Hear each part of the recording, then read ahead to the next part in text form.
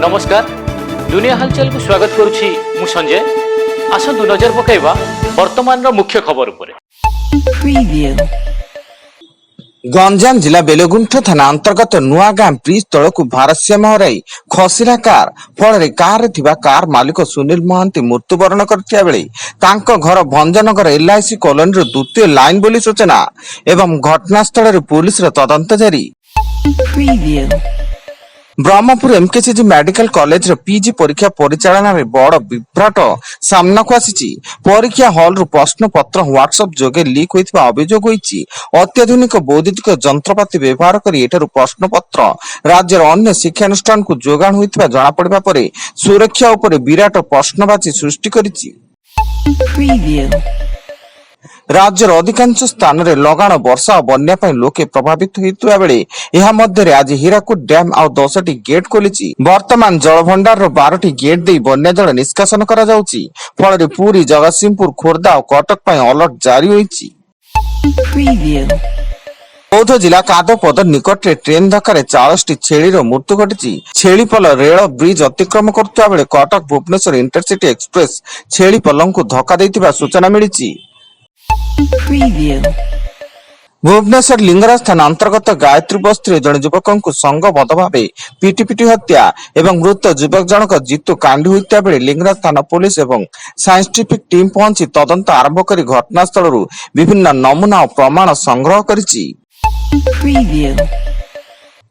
पाकिस्तान रो बेलुचिस्तान रे बड़ धरणर विस्फोरण।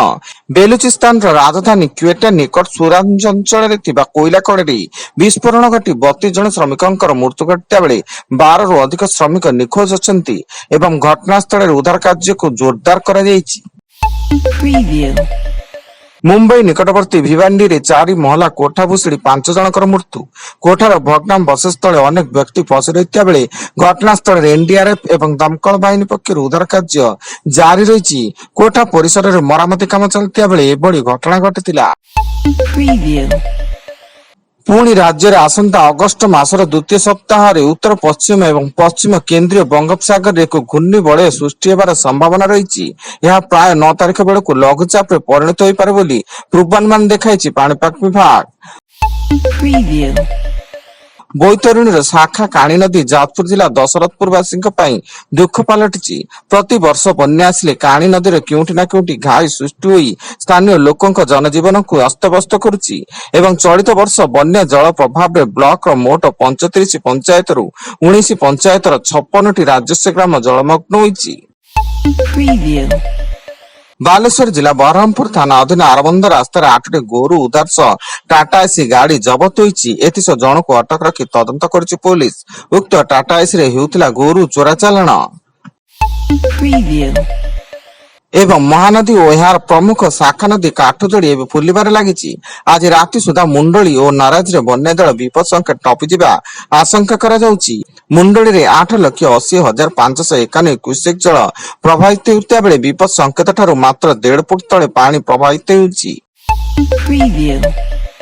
वर्तमान पई एतिकी अधिक न्यूज अपडेट्स पई विजिट करंतु आमो वेबसाइट www.duniyahalchal.in।